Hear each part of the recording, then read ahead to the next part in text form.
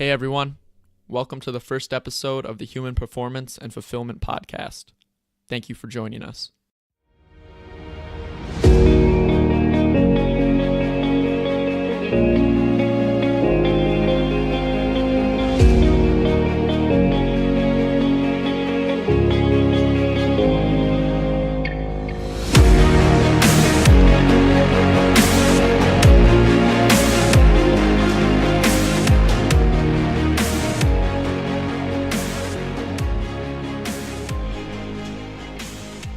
Alright guys, welcome to episode 1 of the Human Performance and Fulfillment Podcast. I'm your co-host Jaylon, and across from me is my brother Justin. I'll let him introduce himself. Yeah guys, I'm Justin. I'm the other host of this podcast, and I'm excited to get it started, so let's go. Yeah, it's been a while. We've been planning this for quite a bit, but I've been playing with how to actually start one of these things. I've listened to so many, but I have no idea where to begin, but here we are. We're giving it a go. So I guess we can start with introductions and why we kind of started this. I started listening to podcasts, I'd say about, 2.5 years ago. Before that, it was a lot of YouTube videos and books, etc. I kind of got interested in all of this stuff, just trying to find motivation to, do better at sports. And once I started getting injured, sadly, in sports, it kind of helped me keep going with that and find, outside motivation, stuff I didn't really know about. And then with that, each time I got more equipped with all this knowledge, I just got introduced to more and more sides of this world of health and performance. And that's how I got introduced to it. And fast forward to now, I'm currently a sophomore at the College of St. Scholastica in Duluth, Minnesota. I'm studying biology and health humanities, and I have an intent to go to medical school, and I want to open my own private practice and just help people with health and wellness. I'll throw over the mic to my brother now. So. Yeah. Hi guys, I'm Justin. Like I said earlier, I go to Mountain Iron Buell, and I'm currently a senior. Just turned 18, and how I got started into all this, it was probably about 3-4 years ago. I got really serious into kind of working out and kind of lifting just because, I had an urge to look better like everyone else, and I kind of indirectly started to learn about all the science and everything behind everything in effort to become the best version of myself, like through physique and mental and just everything all together. And yeah, so now here I am. For sure. Well, that's all. Yeah. We kind of are now where we're at. We're kind of both on a little bit different paths of health and fitness, but at the same time, when you think about health and fitness, really, a lot of the paths intersect in a really crazy way. And so that's kind of what we're doing, having two different sides of things, but being able to combine and just share knowledge. So we're going to, I guess our first topic we wanted to talk about, me and Justin were going back and forth of what we wanted to talk about on our first podcast. We're going to talk about macros. Like you probably hear that if any of you are in the fitness community whatsoever. You always hear, hey man, what are your macros? What are you following and stuff? How much carbs are you taking in a day? You got to watch out for fat. Oh, you better up your protein, Yeah, my favorite one is if it fits your macros, then you're good, right? That's right. So yeah, we're gonna dive into macros here. Basically, and when we're talking macros, we're talking macronutrients. So the 3 macronutrients really we're going to be talking about are that of protein, carbohydrates, and fat. And I'll let Justin begin with us. So. All right, so here's basically the basics of the big 3 macros. So we got your protein, just 4 calories per gram, your carb, 4 calories per gram, and your fat, which is 9 calories per gram. Protein is needed for many anabolic processes, as most of you probably already aware of. Carbohydrates, also many of you are already aware of, is your primary energy source. And then you got your fat, which is needed for a whole lot, actually more than people realize, but that slows down your metabolism. And yeah, we'll dive deeper into all of these, but that's just a brief overview. Yeah. For sure. So Justin, for example, if someone was to, one of our listeners to ask, well, why do I really need to care about what macronutrients I'm consuming if everything I eat gets burnt for energy in a way anyways? What would you say in a pretty simple way of why you should care about macronutrients? Well, why I think you should care is because, well, first of all, there's a lot of people out there that say, well, if I'm in a caloric deficit, I'm going to lose weight or whatever. I'm going to burn fat and still achieve my physique goals if that's the case. I mean, and that is the case, but like always being said, that doesn't ensure that you're healthy. So you can achieve certain goals through eating in a caloric deficit, but that doesn't mean you're healthy. Like for example, if you're missing fat in your diet, how are you going to be able to absorb vitamins, and how are you be able to help form cell membranes and stuff? And same with protein. If you're missing that, then how are you gonna rebuild muscle tissue? How are you gonna stay satiated throughout the day? Like, it's just simple things that if you have the right amounts of each macro, it's gonna make your life a whole lot easier, and you're gonna be a lot healthier. For sure, that's a really good explanation. I like that.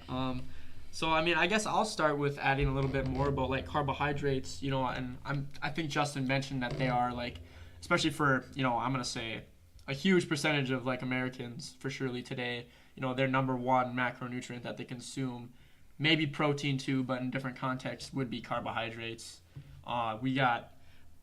So if you're asking, well, what foods basically contain all the carbohydrates? That I mean, you know, that's going to be your breads, your grains, your tubers, or your potatoes. You know, it's kind of hard if you go to a grocery store now and go into the cereal aisle. You got the cake candy aisle, even the vegetable aisle. You know, those are all predominantly carbohydrates, and those aren't objectively bad for you by any means. So yeah, I'll let Justin add a little more about them if he's got any good facts. Yeah, we can dive a little bit into like I guess like a tiny bit of like the biochemistry if any of you are interested. So carbohydrates, which most of you probably know, are sugars, aka like saccharides.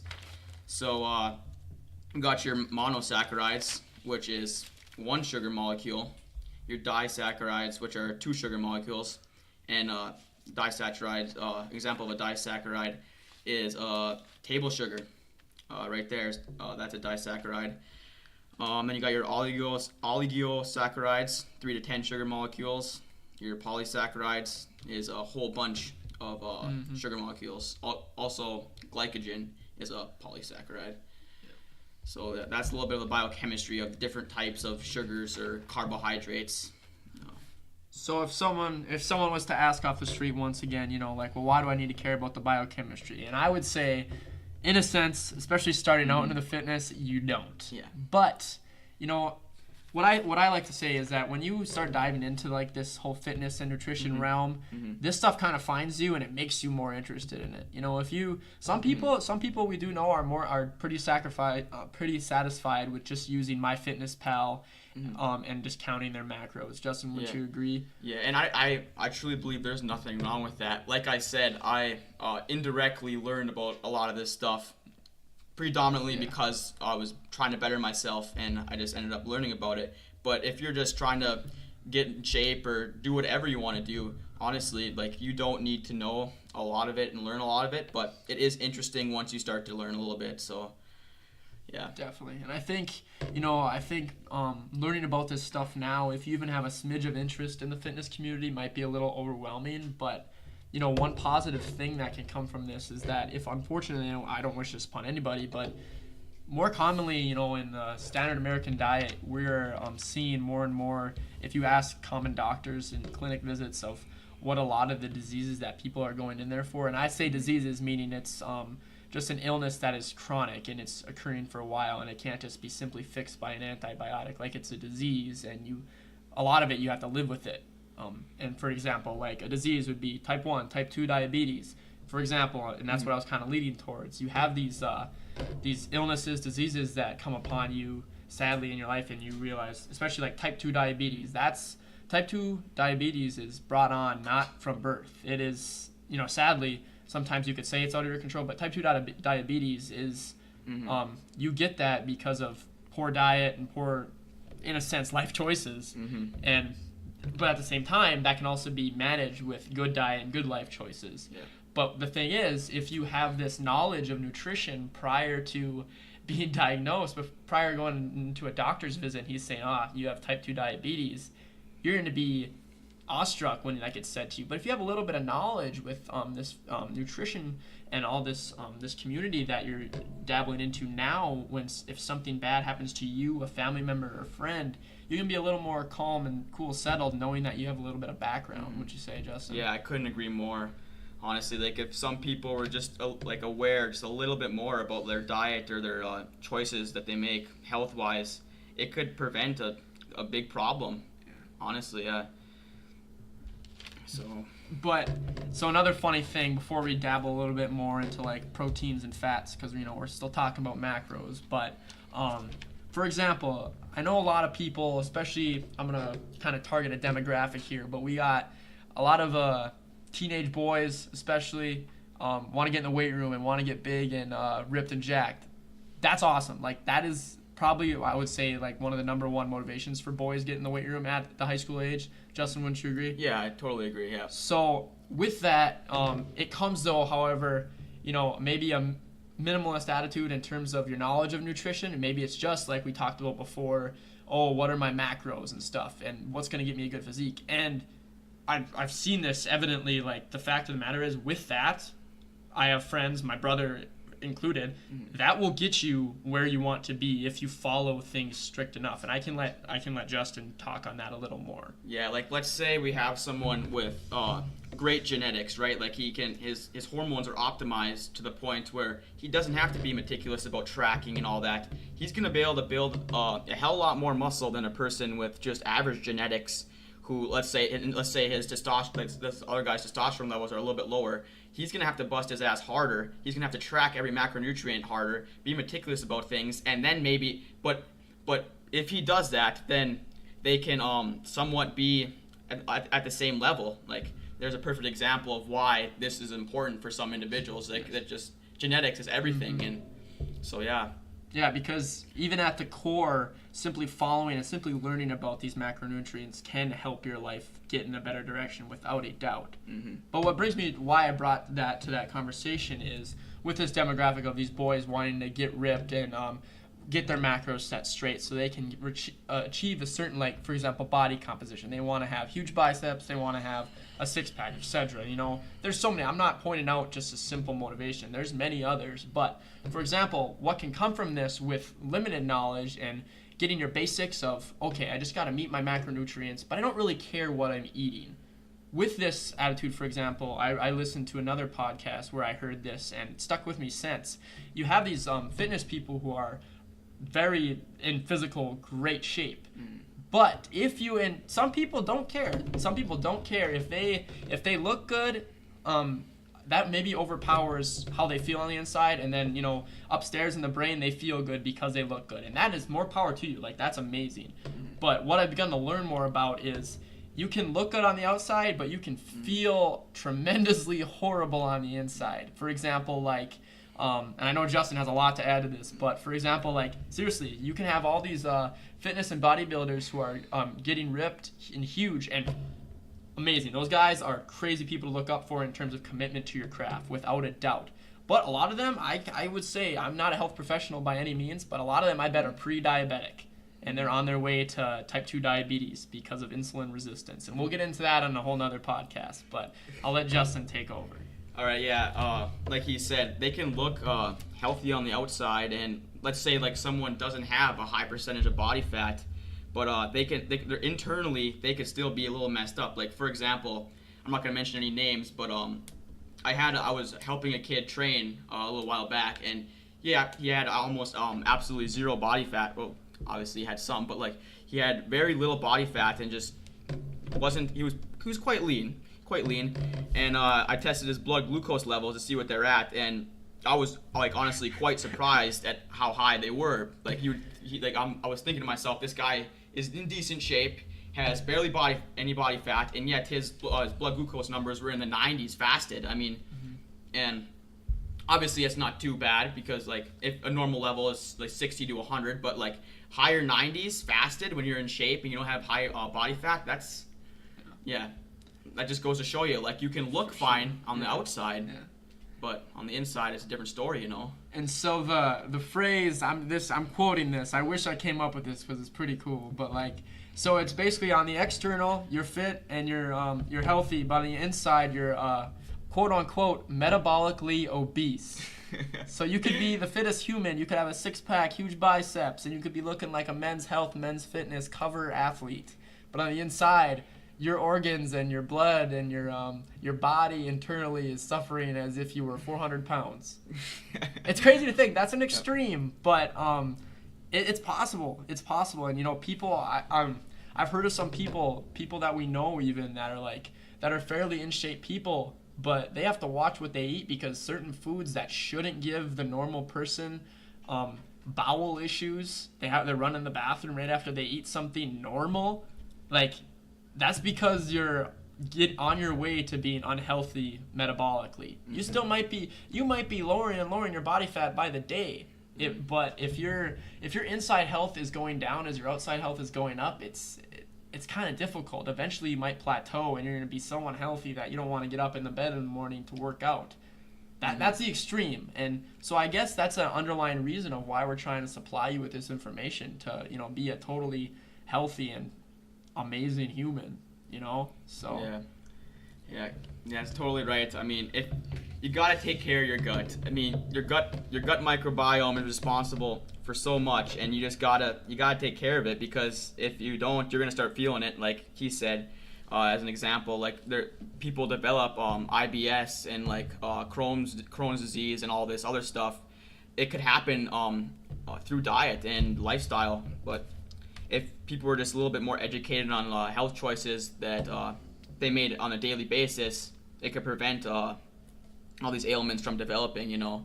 So yeah. So quick question from the outside here. Let's say someone was like, all right, I'm following this nutrition and, you know, how everything plays out in the long term. But for example, like you mentioned something about the microbiome. Let's say someone said, can you like just a little bit more explain how that is? Or okay. I can add on it too, but you can go for it. Okay, so basically our gut microbiome is like the environment that bacteria lives in our gut. And the name of the bacteria actually is the microbiota, but the microbiome is just kind of like a generalized term for the.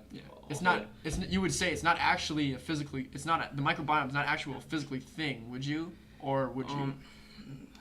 Not really. No, it's kind of just more of a generalized term. Yeah. But I heard, and this isn't done by my research, but you know, looking at and reading and listening to certain things, they say the microbiome is nearly the gut microbiome is nearly your second brain, and research has clarified, and I don't have the study.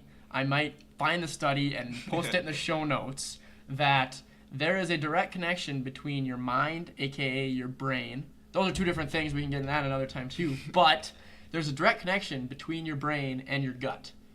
Therefore, all these people that say, well, I'm just going to eat fast food every day, it fuels me enough to get the job done and stuff. That's actually like hurting your brain if you think about it, because you got all these processed foods that are going in your gut. Sure, your gut objectively, maybe some aspects of it doesn't care. It's like, oh, this is going to be produced as energy. That's a really like reductionist way of looking at things. Calories in, calories out. Sure, all energy is the same. You know, like this is a common argument. We'll probably be able to attack this. We're kind of bouncing off a lot of places here, but people are saying, I fall on one side. I'm not sure where Justin falls. I'm gonna see what he falls on this, but people could say 200 calories worth of Skittles is the same as 200 calories worth of almonds. We could all obviously talk about, well, yeah, the Skittles have sugar, therefore carbohydrates, and then the almonds have much more fat than that, and that's what makes them different. But at even a smaller level, in terms of how they affect your gut and how they affect your like performance as a person, it just completely differs, in my opinion. And you know.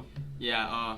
Going back to the gut, I guess. For example, I'm gonna go on a little bit of a rant here, but if you are eating highly palatable foods, for example, and highly insulinogenic foods, like sugary foods. Insulinogenic meaning it's gonna spike insulin. Okay. Quite fast. It's gonna feed the bad bacteria in your gut microbiome, because there is good and bad. And this is why I'm gonna go into a rant here. Also, when that bad bacteria is getting fed by all the sugars and highly palatable foods, you're gonna have insulin spikes periodically throughout the day, and that's just not good because it can eventually lead to insulin resistance in some individuals, especially if you're sedentary, because you have all this insulin flowing around your bloodstream when it really doesn't need to be. Like, you don't need to be, all the insulin doesn't need to be there, but it does because of the highly palatable foods are just rapidly supplying your bloodstream with glucose. And what happens over time is your cells actually become like immune to the insulin, because insulin, if you don't already know this, shuttles glucose into your muscles and like every other cell in your body basically for energy and to be stored as glycogen. But if you have too much insulin, your body over time isn't gonna like accept it, because it works sort of like a key in a lock. The insulin opens the cell's door, and then the glucose can flow into the cells and be supplied for energy. But too much insulin, the lock mechanism isn't going to work the same, and you're just going to have it floating around. And then, that's basically how that works. And also, when that happens, your inflammation levels go up. So, like, inflammation levels are higher in individuals who consume more added sugars. That's one note to have written down here, which is completely true. One test they use to indicate highly inflammation in individuals is C-reactive protein, and this is from a study. I have it posted in the description. But if you were to test levels of a C-reactive protein in an individual who ate a westernized diet, or a diet that is high in processed carbs and sugar and trans fat, the levels would be elevated higher than in a healthier diet. So you're going to have more inflammation if you have highly palatable and sugary foods, which isn't good, because you hear of people dying of cardiovascular disease, the number one killer, right? That's all stems back to diet and nutrition, if you think about it, because inflammation creates fatty deposits in your arteries. The actual term is called I can't say it. Atherosclerosis? Yeah, atherosclerosis, Okay. Which is plaque buildup in your arteries. Yeah. And yeah, that can cause a heart attack, obviously, because you don't want that. We'll get into that maybe a little later. But Yeah, definitely. that was a little rant right there. Well, and here's a spoiler alert too. Heart disease, as Justin mentioned, obviously it's one of the top 4 killers of. I actually just read this. Don't quote me. I just read it from a book. I don't have it. I can find it and post in the show notes possibly. One of the top 4 killers. Actually, give me a second here. So, for you listeners out there who like objective numbers. All right.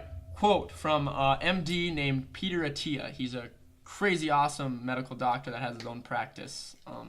I think down in the south somewhere. But his quote is, if you're over 40 years old and don't smoke, and key is don't smoke, because smoking itself brings, and we could do a whole episode on that. That brings up a whole nother realm of bad things in your body. I don't think there's objectively one, in my opinion, one good thing about it.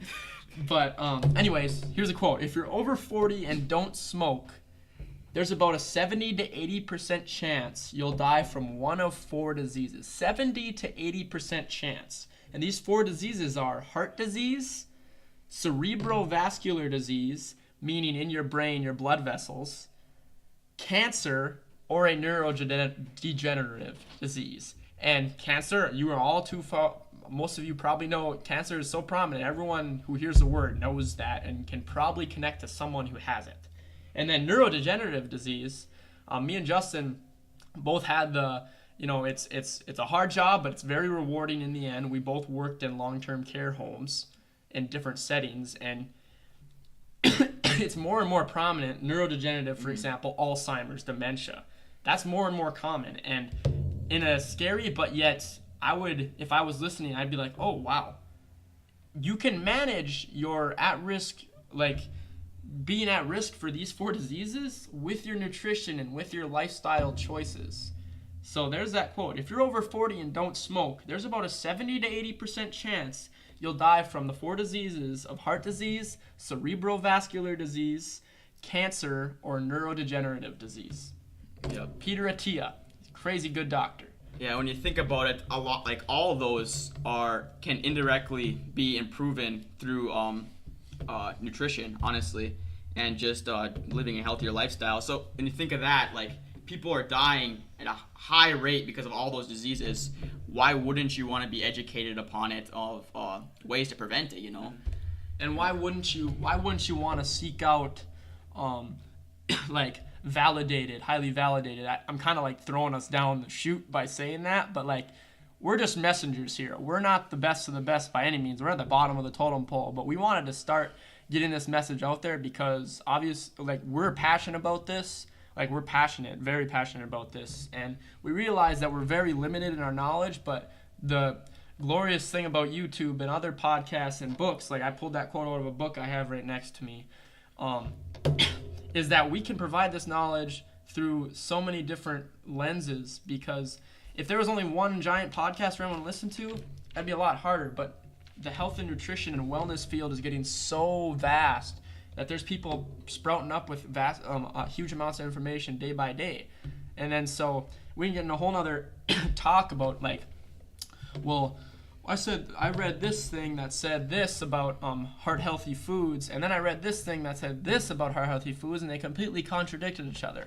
Yes, I know that's the one downside about this huge, vast ocean filled with health and nutrition information. But that just comes down to then, if you're at that point and you're finding conflicting things, it means you're actually doing something right and you're doing more research and you're trying to learn more to have a healthy lifestyle. So when that happens, we can get to that then. But we're just starting out at the basics here of just thinking about your nutrition, thinking about your overall health.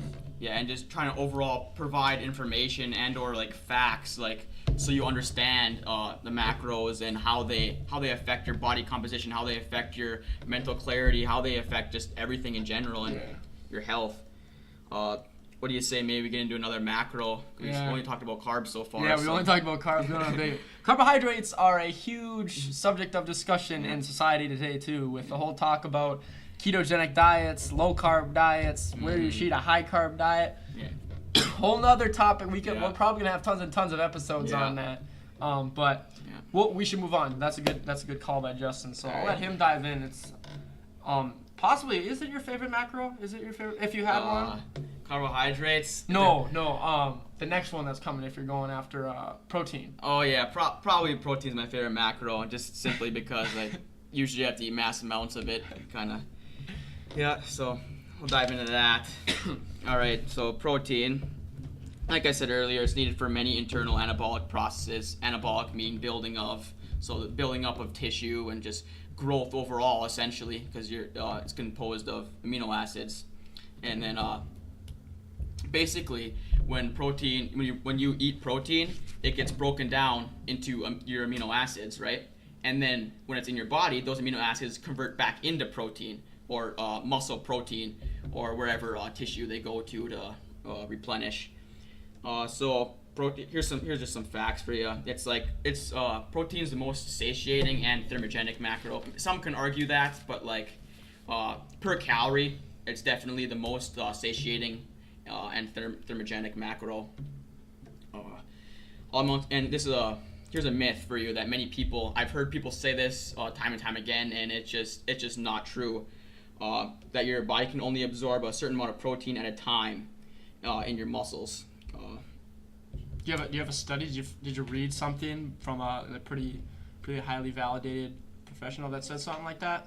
Yeah, there's a study. I'm gonna see if I can find it. I don't know if I saved the link, but it's from the NCBI, which is a national database for National Center of Institute and Biotechnology, I think. And yeah, they published. Yeah. You know, for those of you out there who are, this is just a quick little shot. I'm gonna let Justin get back to his beast approach of protein, but if you're looking for validated information to start, seek out studies. It's gonna be kind of overwhelming, but you can read things that also cite studies, which is the next best thing. But what you don't want to do is just go on Facebook and have Aunt Julie comment and say, "Oh, I heard you're supposed to eat golden grams because they're heart healthy and they provide the right amount of 100% whole grain to your diets."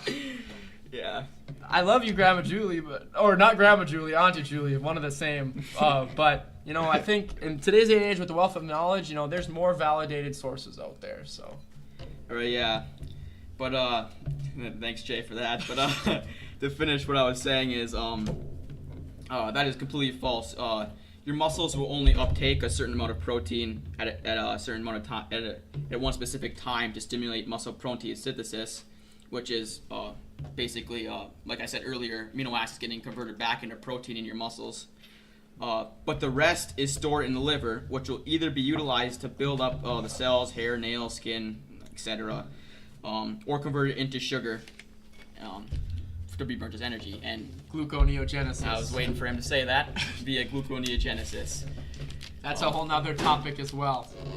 But yeah, no, protein has a vast, like I would say, compared to carbohydrates and fat. We're getting to fat next, but that in terms of function in living organisms, I would say it's got the most wide variety of functions. Like, so you got protein in terms of like biochemically, it can carry messenger molecules such as hormones and hemoglobin. Crazy. It can receive information via cell membranes. It can maintain cell structure. It can act as a defense system, which such as creating antibodies. It helps with the movement of other molecules, like I said before. There's certain proteins in your membranes. For example, in your gut, you have membranes, I believe. Am I accurate there? Yeah, I believe so. You have so bring it back to the microbiome. You have membranes there, and proteins are in there. It's at a biochemical way lens of looking at this, proteins in so many places in your body. And then lastly, probably the most objectively evident one is it helps catalyze metabolic reactions. And what do we mean by it? Justin explained anabolic, but like metabolic reactions, like metabolism, for example, when someone says, oh, I have a high, I have a low metabolism, that's basically what they're saying is the rates of reactions of chemicals in their body. Am I on the right track? Yeah. Are either slow or fast, because that's basically what metabolism in a nutshell is. If you're a healthy human being, I honestly most of the time do believe that people are saying that because they just they aren't working hard enough or doing something right. Which I'm not criticizing anyone, but that's usually the case. You're saying it's an easy way out to just say, oh, he must have a really high metabolism. And I hear it all the time, especially in like early 20s or like as soon as people start to get older, it's like, well, my metabolism slowed. Well, do you know that? Did you go get your blood work done and see your thyroid function? Because I doubt you did. Like objectively, yes, as age goes on, if you don't really do anything with your health, your metabolism is going to eventually slow down. It's just like, for example, you got a machine, let's say a lawnmower. If you're not constantly tuning up and working with that lawnmower, its performance and the ability to mow lawns down the road is eventually going to decrease if all you do is just keep on filling it up with gas and mowing the lawn. If you're not checking the oil, if you're not doing X, Y, and Z, I'm not mechanically inclined by very many means, but what I'm saying is that just like a lawnmower or a car or an airplane, you need to constantly be reservicing and checking yourself as a human and nutritionally. And I can add more to that too. So your thyroid basically it regulates your metabolism. So if you do have a slower metabolism, it could be from a we'll talk about. There's a whole other episode we'll talk about this probably, but micronutrient deficiency. For example, like if your iodine is a big factor in the conversion of thyroid molecules to I believe it's T4 to T3, and that then regulates. And T4, T3, can you kind of, so we don't lose people, what are you saying when you say T4, T3? Are those molecules in the thyroid, enzymes? I can't really. It doesn't have to be exact, but just like to bring people on track here. Okay, so you have two types of thyroid. Two types of like thyroids basically is your T4, which is then converted into your T3, and your T3 then regulates your metabolic processes, like how fast it breaks down food and etc. So and iodine has a big role in that. So like the conversion of T4 to T3. So if that conversion isn't optimal, you're not going to digest fast. You're not going to have metabolic. You're not going to be metabolically good, like said. But another one is like selenium and zinc. Like that also has a factor in thyroid functioning. If you're deficient in one of those, Which once again, it's just like checking the oil in a lawnmower. Yeah. Why wouldn't you want to get your blood work checked if you're deficient in something? Like, it's just gonna make everything better if you find that problem right there. And of course, checking these micronutrients, this is another, like I said, we're saying this a lot, but it's for a whole other podcast because you have conventional medicine today. For example, Justin has a story. I can let him tell it too, but he's told me this, and it makes sense to me objectively, and we'll cut it out if it's not okay. But Justin went to a doctor recently, and conventional medicine basically, at times we would argue that you don't want to get these micronutrients and these blood levels, your estrogen, certain hormones and stuff checked, unless there's something unless there's something wrong with it. Like if you're having objective, something physically wrong with you, then that gives reason for healthcare professionals to take your blood. Our concern is, and I'll let Justin add on this, is that's kind of like a management perspective of, okay, well, we'll address your blood when we need to address your blood. But especially if someone comes to a doctor willing to pay out of pocket or, is willing to pay for the service to just check themselves, say, hey, I'm interested in X, Y, and Z because, I've been reading a lot about it and I want to make sure I'm kind of optimized for that, because simply, like I said, like Justin said, there's simple micronutrient or vitamin deficiencies that can cause a whole realm of problems. And if you can just have ways of knowing that, and we do, our healthcare facilities are very well equipped for this, except at times you might run into, like Justin ran into a problem, a doctor didn't, it's not that they were like, oh, you don't want to check your levels, it's just they want a clear reason. Yeah, and which is understandable. Like, we're not saying healthcare professionals are amazing. Without them, we wouldn't be alive. Mm-hmm. But it just kind of it's unfortunate at times that due to policies and due to regulations and etc., they won't check certain things in your body, certain processes in your body, unless there's something objectively wrong with them. Which I believe, and there's a whole other school of thought, and I know Justin can resonate with this. There's a whole other school of thought that wants to check these things before they're bad and wants to check these things to improve upon your life. Preventative and functional medicine is founded upon that, And lastly, I want to say, to add on to simple micronutrients that you never even think of, any of you who have heard of the elements on the periodic table, I just read something recently, I have no idea about this. Lithium, consuming low dose lithium is actually good for you. And now you think of, well, lithium, isn't that in batteries? Why the heck are we going to consume that? Well, an article from the New York Times, and take this with a grain of salt. It's the New York Times, but I think they might have cited a study. And so here's a quote on why the article is titled, "Should We All Take a Little Bit of Lithium?" And so here it goes, just a little segment. Although it seems strange that the microscopic amounts of lithium found in groundwater could have any substantial medical impact, the more scientists look for effects, the more they seem to discover. Evidence is slowly accumulating that relatively tiny doses of lithium, and this doctor Peter Attia once again recommends 1 to 5 milligrams. We can get into supplementation another time, but very tiny doses of lithium can have beneficial effects. And now, if you haven't listened to me ranting about this yet, tune in now. They appear to decrease suicide rates significantly and may even promote brain health and improve mood. In a society where depression and mental illness is very prominent, if supplementing with a simple element, I'm not sure the prices about it or anything, but if supplementing with that can significantly and quote unquote significantly improve brain health and decrease rates of suicide, I think that's a no-brainer in my opinion. Of course, you can look up side effects and such, but it's just crazy what's out there once you do your research. Mm-hmm. Yeah.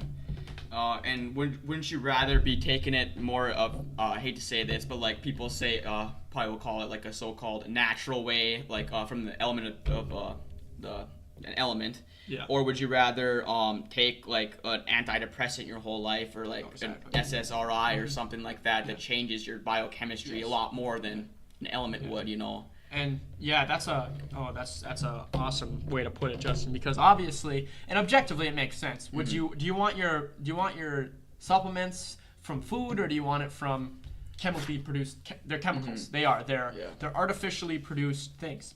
Don't get me wrong. Like, there is a time and place for that. Yeah. Except, why wouldn't you want to get like your vitamin sources from nature and from the earth rather than from something artificial, something produced in a lab? It might work, but there's tremendous amount of studies out there. Justin sees too, and you could find them too. This is a huge conflict in schools of thought of health and nutrition. Is natural remedies, holistic remedies, and artificial, and just things created in the lab, basically.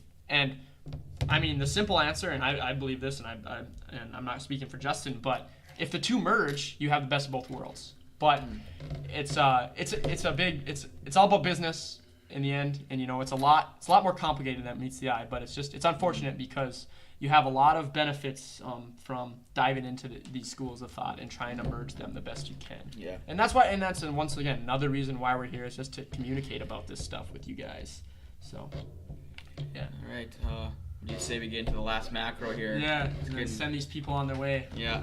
For those of you still with us, we are approaching our last macronutrient. I'll let Justin dive in, and then I can talk a little bit more about it too. All right.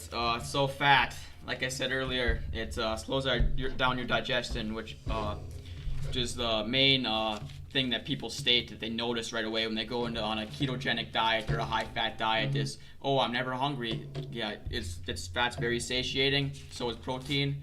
Slows down your digestion.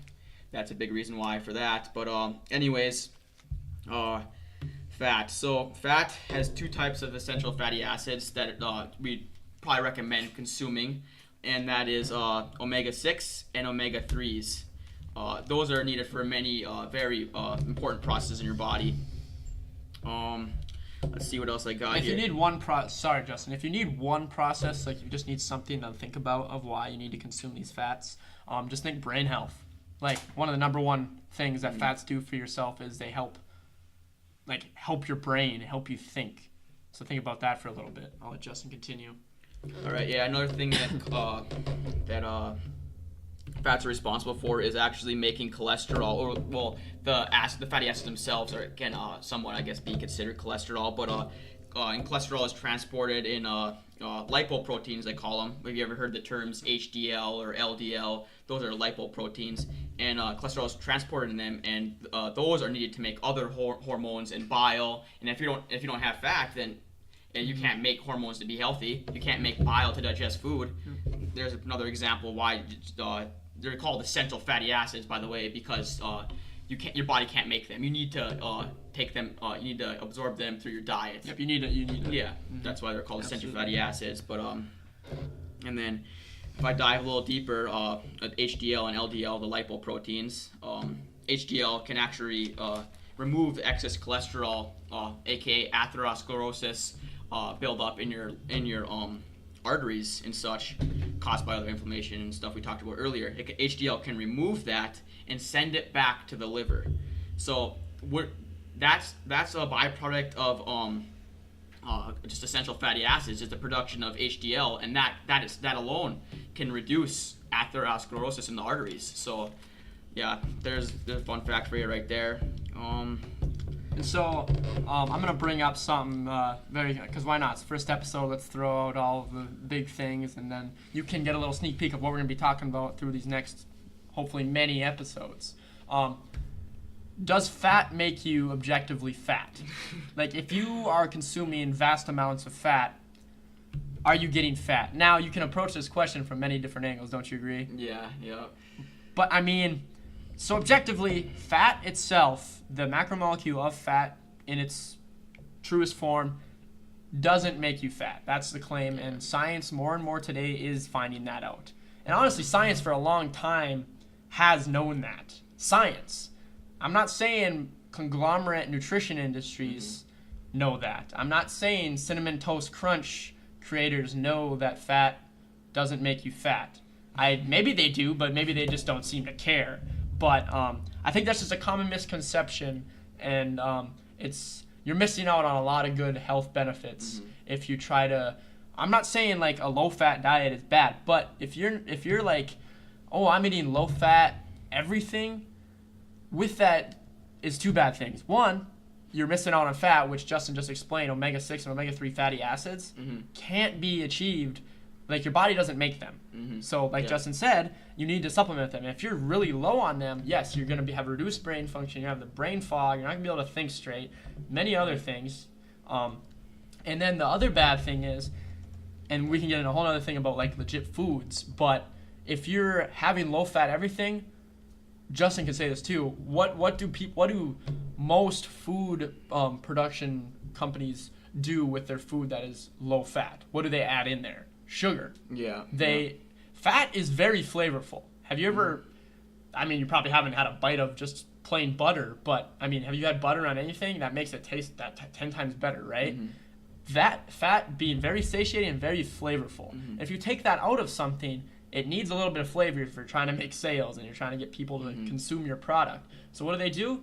They probably put in there one of the more addicting compounds in all of nutrition in sugar, straight sugar, you know? And that's what happens. And objectively, we could go into if sugar is really bad for you or not. That's a whole nother thing. That's out of our pay grade right now. Yeah, it's a whole other thing that I could probably go on for about hours. I actually wrote a paper on it, too. It's quite interesting. But look at that. Yeah. Published in PubMed, right? I wish. But, yeah. Also, I have one more fact for you on fatty acids. They're needed to maintain and or build cell membranes because cell membranes are made of, I don't know if some of you are aware of this, but they're called phospholipid, meaning fat, phospholipid bilayers. And you need fat to build the cell membranes in order for everything just to function and work properly. So, I mean, if you can't build cell membranes, then I mean, you're not gonna be alive. Yeah, you cease to exist. Yeah. I mean, then you don't have to. I mean, you don't need to worry about nutrition if that's the case. But no, and then one more thing. I don't know if Justin mentioned it, but and this is a whole nother topic once again. But fat can be used as energy. You know, I mean, if it couldn't be used as energy, you wouldn't have tons and tons and tons of fitness people proclaiming, help burn fat fast. Like, the fact that you can burn fat means it's energy because laws of thermodynamics state that. The first law, what's the first law again? The first law of energy is neither created nor destroyed. Yeah, energy is there. Okay? I just listened to a podcast about this and I took a whole chemistry course last year. I hope I remember. I mean, spent money for that, right? And then the second law of thermodynamics, the reason that these two kind of... No, I think it's... So the second law is entropy is always increasing, okay? Stay with me here. So first law, energy is neither created nor destroyed. You can't create energy. Like, it's there, okay? That's a law, right? You should Google that quick, just to be sure. It's a law. I don't know if that's... Is it energy is neither created nor destroyed? I know that's a law. I just don't know if it's from thermodynamics. Okay. Well, second law I know for a fact is entropy is always increasing. Okay? And so entropy, you can think of entropy as disorder, disorganization. Okay? Meaning that you have in the universe, entropy is always increasing. Meaning disorder in the universe is always decreasing. Like things are being burnt up and used more than being built up. So catabolic reactions, which are breaking down, are more prominent than anabolic, building up reactions. And what does that mean? That means, if that wasn't the case, that means if you ate any food, you would be just getting fat instantly. For example, I want to do a 10,000 calorie challenge. If the second law of thermodynamics didn't exist, if I consumed the 10,000 calories, I would be huge. I would be huge. If I consumed it, even in all just protein, that's 40,000. No. Never mind. Scratch that. I don't know what I was going after. Anyways, that's 10,000 calories of energy that isn't being burnt more than it's being stored. So think about that for a second. Okay? Yeah, and another thing too is you can probably add more on this because you follow the ketogenic diet and all is... I attempt to quite often. You know, I fall off a lot because sugar is so addicting, but that's another time. Yeah. But why actually salads should be eaten with salad dressings and fats. And absolutely. I'm sure you can explain more on this. Well, So salads, actually, huge fatty salads. I know if you're on a quote-unquote low-fat diet, you're going for the low-fat dressing, etc. You're kind of missing out if you're using that dressing. You're kind of just putting a bunch of sugar on your salad. But if you consume leafy green salads, let's say kale, oh, it tastes like crap. Well, that's why you put fatty dressing on it, okay? And a bunch of salt and pepper. But if you consume these leafy green vegetables, a lot of health professionals out there that promote high-fat diets or promote just getting a lot of fat in your body because it's good for you, say that vegetables are a delivery truck for fats. Because a lot of fats are fatty foods. Of course, you can go into animal fats and meat and stuff. What's that? I think it's the other way around. No, vegetables are a delivery source for fat. Oh, okay. Yeah. I mean, fats are a delivery source for vegetables too. Yeah. But I mean, think about like olive oil, right? Like, if you have a piece of broccoli, do you want to drink straight olive oil?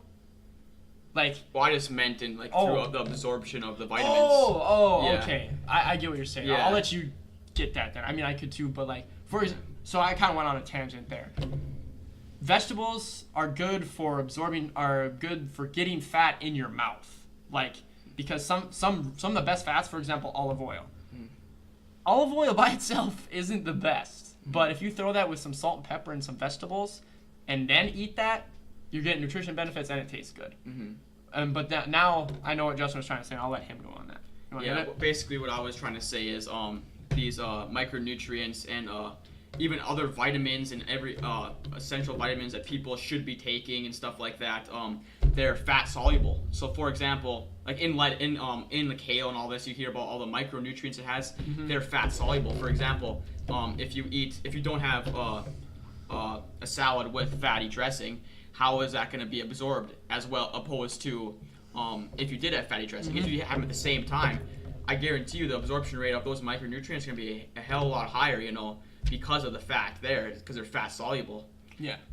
Oh, for sure. So there you go. You get a free pass to put good fatty dressings on your salad. And what's better than like a chicken Caesar salad with a bunch of Caesar dressing? So treat yourself.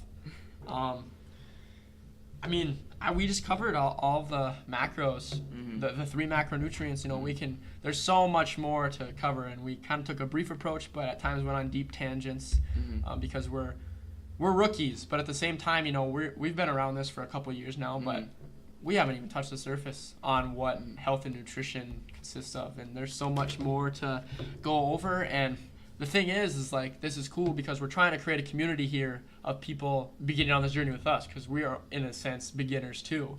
We're not medical professionals. I'm a sophomore in college. I'm still taking some generals, and Justin's a senior in high school. But it doesn't matter. You got to start somewhere. So if you're 16 or you're 46 or you're 76 and you're turning into this podcast, we thank you for tuning in, and we want you to really just invest. And like, we're gonna figure out a way. We're gonna probably get connected on Instagram. Justin has an account on Instagram. You wanna say your name? We'll put it in the show notes too. But I have an Instagram, and my name is like I said earlier, because I kind of got into weightlifting. It's Scientific Bodybuilding, and it basically talks about all the scientifically proven ways of causing growth, causing the breakdown of fat and all that, and just good information about your health and just health and building muscle overall, honestly.